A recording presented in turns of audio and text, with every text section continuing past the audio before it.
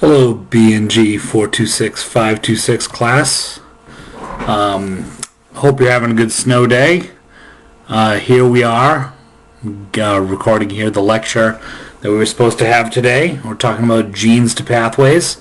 So we're going to talk a bit about how some works have recognized genes and have put them together and have identified them as being parts of a single pathway. So I'll give you at least 3 examples of that, and plus tell you what some of the nomenclature and tools are that are involved to looking at these genes and determining where they belong. But just a reminder, as of right now, homework 1 is due tonight. If there are any questions or concerns, please email me. Some of you have already done so. I will give you an update on homework 1 later on today. There will be an online class on Monday, but first the online class 1 assignment that we already had is due this coming Friday, February 17th. And we will have an online class on Monday, February 13th. And that should come with a fairly straightforward assignment. So we'll have no physical class on Monday. And the Monday's online class assignment will be due the Tuesday following, the 21st. Okay, so we have a bunch of genes. A bunch of genes on a chromosome. You name the chromosome. What do these gene products do? What do the products of these genes do? And how can we find out? So we can see here a bunch of genes that are sort of color-coded, and these genes come from various bacteria. But you can see there are some purple genes in pretty much most of these different organisms. There are some blue genes. Are these the colors in the organisms? Of course not. But we are designating them that way because they are grouped together, mainly because they have some sort of function. And these functions are spread about on organisms like Klebsiella aerogenes here, Bacillus species, Bacillus subtilis, Helicobacter pylori, all sorts of organisms. And we can compare genes from different organisms and also within an organism. And the amount of computing power that we were able to harness these days will actually allow us to compare all sorts of genes and putative protein products from all over every domain of life. There are many freeware programs that you can actually just download on your computer that can translate genes of interest in silico or on your computer. I've used many of these things. And you can compare putative protein products with those of known established proteins, i.e. proteins that have been studied well enough to have been assayed for biochemical activity. And you can compare and contrast and see what the similarities and differences are. So when a genome is sequenced, whether it's microbe or something else, and it's published, that genome sequence is annotated. So basically, computers and people that run them do their best to assign genes and assign those genes some kind of identities and some kind of what they call putative products or assigned roles. And these putative products are just that. They haven't been proven to be the function that the annotation says it is, but they look similar to other genes that make gene products that have that function. But it is a warning that when you publish a genome or when you see a genome published, the assigned gene identities may not be accurate. So you got to parse this stuff out and see what makes sense. And of course, you've got to do some experiments to determine whether these gene identities are what you think they are. And we can start by comparing gene sequences or comparing protein sequences. We can use what are called clusters of orthologous groups, short name COGs. So we can line up gene sequences and we can compare them. We can do this to protein sequences. Many genes and gene products contain these short conserved sequences that are similar to other gene products, suggesting that these genes have, or gene products have similar activity. And these short conserved sequences are known as COGs. So you can organize these things in terms of the COGs that they have and kind of group all the COGs of one entire organism. So you can see here in this colorful bar chart here that there are a variety of COGs that indicate gene products of different function. You can see here in the middle nucleotide transport and metabolism, amino acid transport and metabolism, carbohydrate transport and metabolism, transcription, translation, lipid transport and metabolism, all seem to be very straightforward and things that we've already talked about in class already. You can see this one COG classification, or one COG function, is very dominant in this given genome. It's this class R COG, and that R is called general function prediction only. So the long and the short of it, general function prediction basically means that the people or the computer program that annotated these genes, they don't know what these genes do. So they get that designation, either function unknown or general function prediction only. So they can tell you that it's a gene, but they don't know what it does. So the bulk of genes in a given chromosome sequence, are still as yet unknown. We don't really understand what they do. And part of what we do is to kind of assemble some biological, biochemical, physiological data that can hopefully tell us more about these genes, not just in the R category, but in all these categories, and basically add some proof to the principle of COGs here. Okay, so we can look at different COGs. So we have a bunch of gene clusters here. We can look at them from many different organisms. And again, like we've already done, we've looked at lineups like this that have all these different organisms. We see all these organisms seem to have the same red gene here called PSMA. And so this is a proteasome component, as well as some of these other COGs here, like these blue genes, these yellow genes. These are all COGs, and we believe these COGs are associated with proteasomes. Proteasomes are the enzyme complexes that basically digest proteins and turn them back into amino acids. So they will recycle proteins into amino acids for a given cell. So we can look at these gene clusters and ask ourselves, do these genes have similar COGs? And do the neighbors have similar COGs? So if I'm looking at a genome sequence like this AF organism, let's say, I see PSMA. Well, I see a bunch of organisms have PSMA, but are they followed right upstream, right downstream by this COG 1500 gene? And yes, a lot of them are. Then I can look up further. Here's this COG 1097 gene. Are there COG 1097s downstream of COG 1500? Yes, there are. So these provide clues that probably the regions here, in this organism, and this organism, among others, that they all have, these genes share a similar goal or a similar function. And it could be suggestive of a structure-function relationship, just the way they're set up in terms of the genes. We get one gene next to another. That could be indicated, not necessarily that they're all co-expressed or transcribed into one big long RNA, but at least that these genes are grouped together because they all serve one specific function. Okay, so we can take a look at a bunch of gene expression data. We can get that gene expression experiment done and look at our data, whether we look at a microarray analysis, whether we look at RNA sequencing.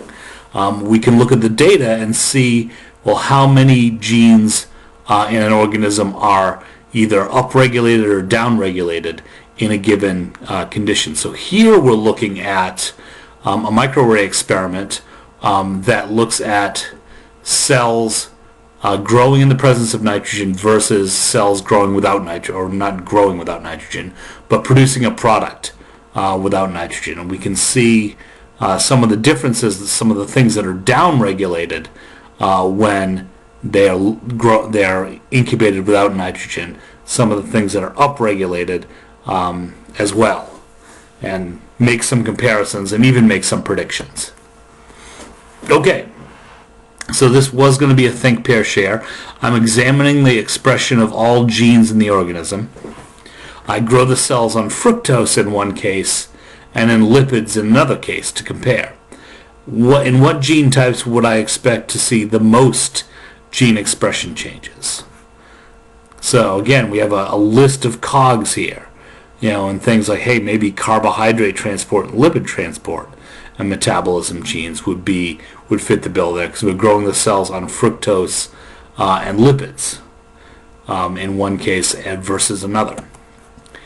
And indeed, what actually happens here is that we see this is, again, differentially expressed during growth in either fructose or trioleate. And trioleate is a triacylglycerol or a lipid. And so we can see carbohydrate metabolism and transport. We see that there are 20 genes here upregulated in when they're grown on fructose. Vice versa, we see the lipid metabolism. 19 genes here are upregulated when the cells are grown on trioleate.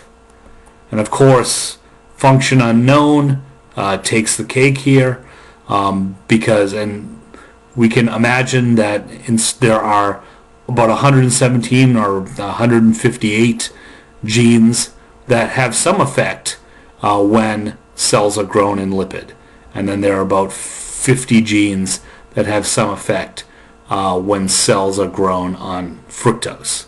But it is notable that we see some big gene expression changes in the lipid metabolism COGs, and some big gene expression changes in the carbohydrate metabolism COGs when we're growing cells on either trioleate or fructose.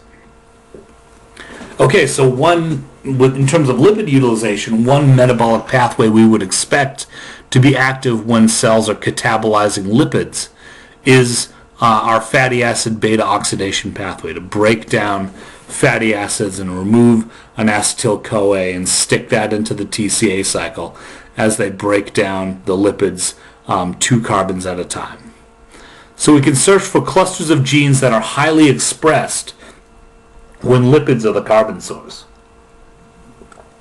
And then we can compare that gene expression to when sugars are the carbon source.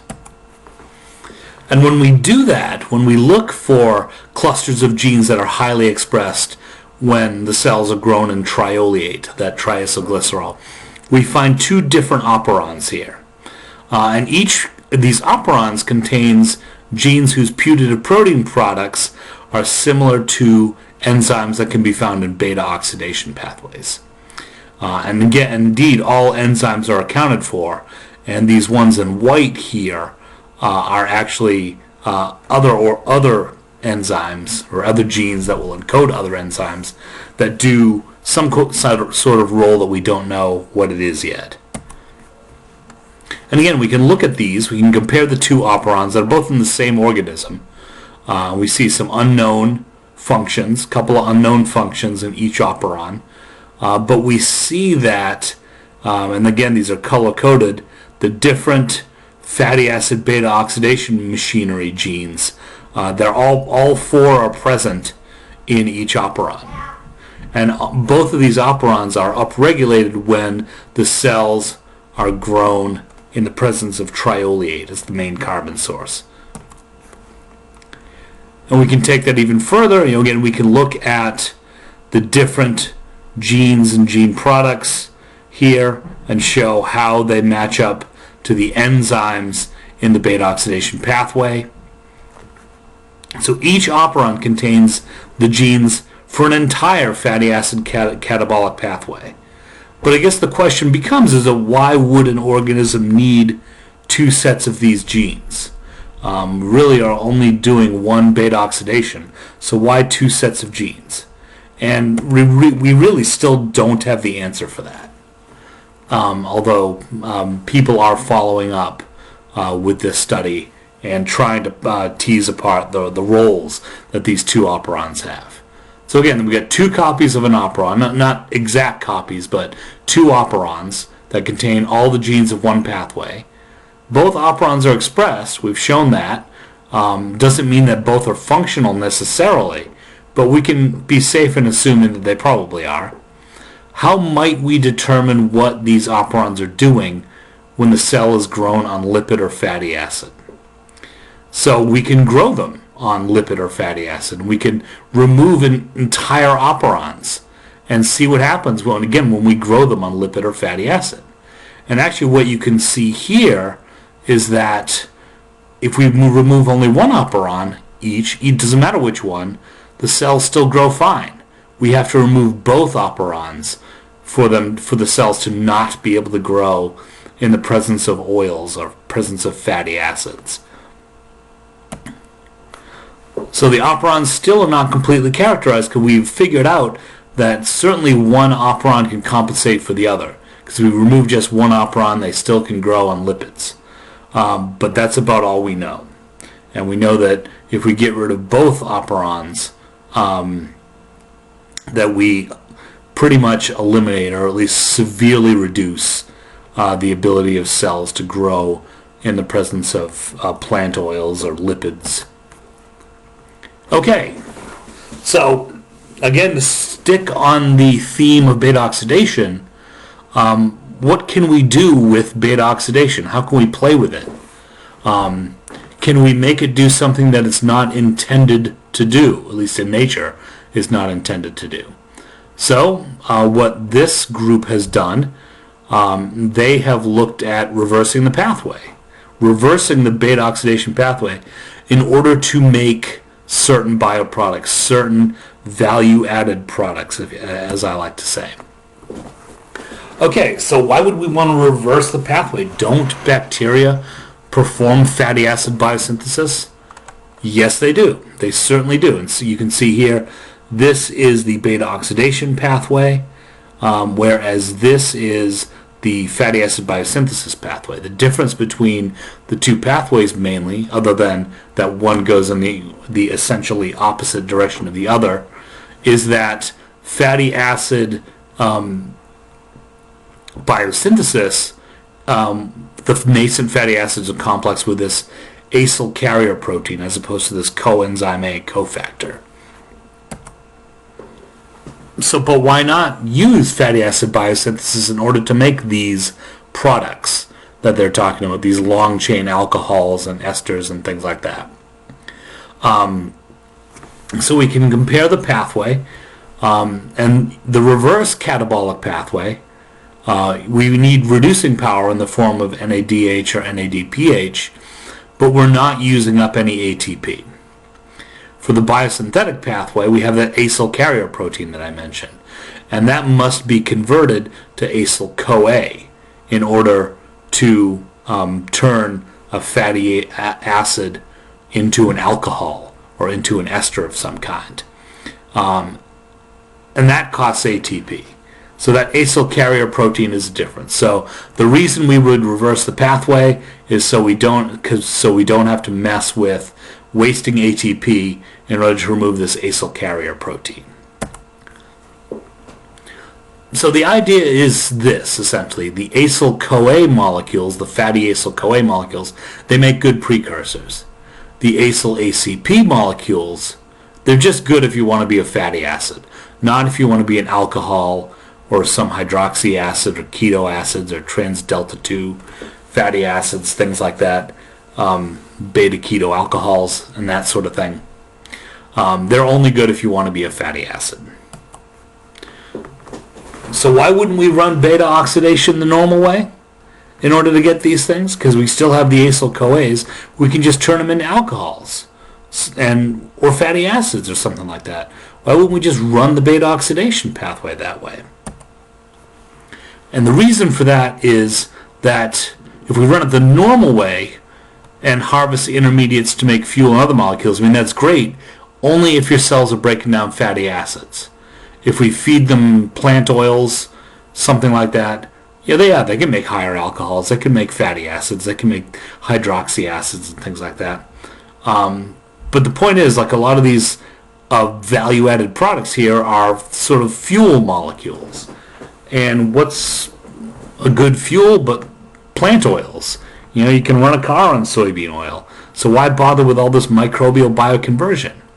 But what we can do by reversing the fatty acid beta oxidation pathway is make these long-chain alcohols and other acids, and other things, is use something that's not really a precursor, a glucose molecule or a fructose molecule, to make these things. So we can produce these intermediates biosynthetically and not catabolically. So cells can use sugars or other non-related carbon sources as feedstocks. And what I mean by non-related is fatty acids, they come from lipids and such. Glucose is not one of those things. So it's not at all related to these long-chain carbon molecules. Okay, and so with all this, pathway characterization is not just for prokaryotes. Here we can look at determining some pathways in corn or other crops. And here we're looking at a color change in certain corn varieties. You see corn that has these dark red kernels on it. And they're not always that way. They start off kind of whitish. And some varieties of corn won't ever turn red or pink or anything like that. But some will turn this deep, deep red. And what causes that? What is making this corn turn this dark red? It's producing some kind of pigment. Do we know what the pathway is? We have an idea of what the pathway might be, but we haven't really done a lot of work in figuring that out until this paper here. So we get two varieties of corn. We've got a white variety, this SW48, and SW93 is the red variety of corn. Both varieties initially have the white kernels here, as you can see, at time scale 1 here. And that's 11 days after planting. But at time scale 2, we see a change in the SW93 after 5 days later, in 16 days after planting. We see they turn fairly deep red here. And then 21 days after planting, we see the kernels are almost completely this dark, dark red, whereas the SW48 kernels are still white. And why is this corn red? This SW93 corn, why is it red? Well, it's been shown biochemically that the kernels have high concentrations of these pigment protein or pigment molecules called anthocyanins and flavonols here, which are this nice pinkish reddish color. And they are most abundant 21 days after planting, as we can see in this picture and in this graph with pictures as well. So we need to uncover the pathway or pathways that make these anthocyanins in our corn kernels. So here's what a generic anthocyanin pathway looks like. We essentially produce these anthocyanins, not we, but plants do, from the amino acid phenylalanine. And we turn them into a key intermediate coumarate CoA, and then down a long anthocyanin pathway in order to make these anthocyanins. And these are some of the key gene products that are needed to convert phenylalanine to an anthocyanin. This is a pathway in some form or another that is commonly found in plants, often where the seeds are, and again, corn is a seed, so it is where we would expect it to be. This sort of pathway is found in plants like cranberries, strawberries, and other red plants. So what are anthocyanins actually? Well, they are pigments. They're plant pigment compounds, and they have been noted for their health effects. In fact, they're antioxidants. You can see all these conjugated double bonds here in the structure, and that's good for basically quenching free radicals. And you can see they're found in a lot of different fruits: strawberries, radishes, grapes, blackberries, cranberries, etc., and purple corn, which is one of the things we're talking about here. And apparently they have a list of health benefits, and they do, actually. Beyond quenching free radicals, they can also treat some urinary problems and kidney stones, etc. Okay, we're also talking about flavonols, which are these condensed tannins here. And again, they're kind of aromatic looking, and they are famous for their presence in red wine. And again, they are known for their health benefits. But they also share intermediates with these anthocyanin compounds.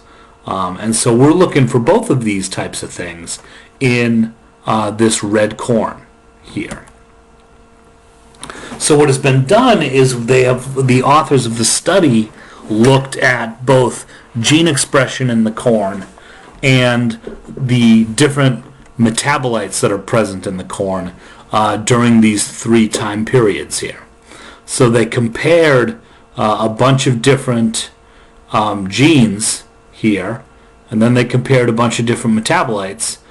So they compared the expression, like how much RNA was there, and they also looked at how much of each given metabolite was there. And you can see a few different sort of clusters where we look at cluster numbers 1 and 5. They were downregulated as the corn got older in both varieties. So that's the bulk of the genes, and that's also the bulk of the metabolites. Cluster number 2, which is seen right here, is downregulated in the red variety, the SW93, but upregulated in SW48, the white variety. And you can see how that works here. You can see this generally blue, which is an indication of downregulation here in the SW93, and reddish, which is an indication of upregulation in the SW48. Okay, now the cluster 3, upregulated in both SW93 and SW48, and you can see some of those things here in cluster 3. And cluster 4 is upregulated only in SW93, but it is downregulated in SW48, and that's this cluster 4 right here, and here are the genes, the gene expression data right here. Okay, this is supposed to be another think, pair, share, but what do I mean when I say upregulated and downregulated? And based on the figure, which cluster of genes or metabolites should be the focus here, if we're looking for those pigment synthesis pathways? So which cluster should we focus on? So we should probably focus on a cluster that is prevalent in the red variety and not the white variety. And I think that is where we'll find the biggest clues as to what's going on in our red corn here. So in terms of upregulated and downregulated, and you can see here in these gene expression data that for both terms a reference state is required, and they show the reference state, the authors show it here, where they compare like for like, where they compare time period 1 with time period 1 in both varieties of corn. And you can see there's no change, obviously, because they're the same thing, they're the same type. But then you can compare time period 2, and you can see, well, if it's expressed more, it's upregulated. If it's expressed less, it's downregulated. That's what that means. So in the case of upregulated, the genes are expressed more at times 2 and 3 in this case than they were at the reference state, which is time period 1. Downregulated, they're expressed less at times 2 and 3 than they were at the reference state. So what genes or metabolites should be our focus? Group 4, because they are upregulated in SW93 only and not SW48. And I think that is where we'll find our difference. There we go. Upregulated in SW93, downregulated in SW48. Now, you might be saying, well, wait a minute. What if it's actually a downregulation in SW48? The downregulation in SW93, rather. Maybe it's a downregulation of a negative effector protein or something like that. Well, that is certainly possible, and I wonder if the authors didn't think of that. But this is an entire pathway here, and we can at least find the pathway genes that produce the pigment here in this group 4, or this cluster 4. Okay, and we can see here a pathway here that's in corn with the precursors and the key intermediates and the different gene products that can produce these things in SW48 as well as SW93. And the ones circled in pinkish red here are found in SW93. So first what they do is they look at the presence of key intermediates, the metabolites. We can see phenylalanine is, again, very highly present in SW48, and it's kind of plateaued here in SW93. Same with coumaric acid. They're really the amount of metabolite, of the quantity of metabolite, doesn't change significantly depending on the time period. What is really striking is this naringenin, which is one of the pigments rather, not pigment proteins. These are small molecules, and we can see it is highly upregulated or highly produced by only SW93 in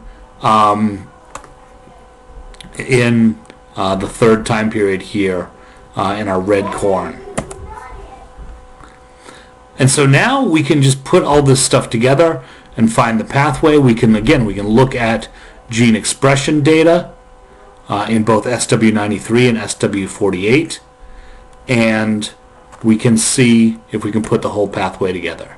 So we see this CHS gene product, which converts coumaryl-CoA to this naringenin, and then CHI3, which converts to this other naringenin. Again, these are all highly expressed in SW93, F3H, DFR, ANS, and again we're down here in the anthocyanins, and then UFGT producing the anthocyanins. You can see in these graphs here, again, highly upregulated in all of these time periods with the SW93 variety, and not so much in the SW48 variety. Okay, so we can examine genes and predict their protein products. We can do that using a variety of things, mainly looking at how they cluster together, although this isn't always the case, but we can compare proteins and predicted gene products and predict their activity using the clusters of orthologous groups, the COGs. We can determine the function of genes and operons, but determining that is not the end of the story. We want to ask the question, what does the organism use them for? So we have 2 beta oxidation operons and 1 bacterium, but we still don't know if the 2 operons have any use beyond just being duplicates of one another, and beyond covering for the other if one of them is out of commission. So there's more to that story. And we can compare gene expression and metabolite data like we saw in the corn, and correlate genes with the function of the products and put together a pathway. So knowing the functions of the genes, the enzymes, the pathway can help us to build some creative biocatalysts. So I put the papers on my courses. Once you're done with homework 1, check them out, and I'm sure I will hear from you, several of you, tonight regarding homework 1, and feel free to comment on today's topics. as well. And again, online class Monday. I will see you on Wednesday.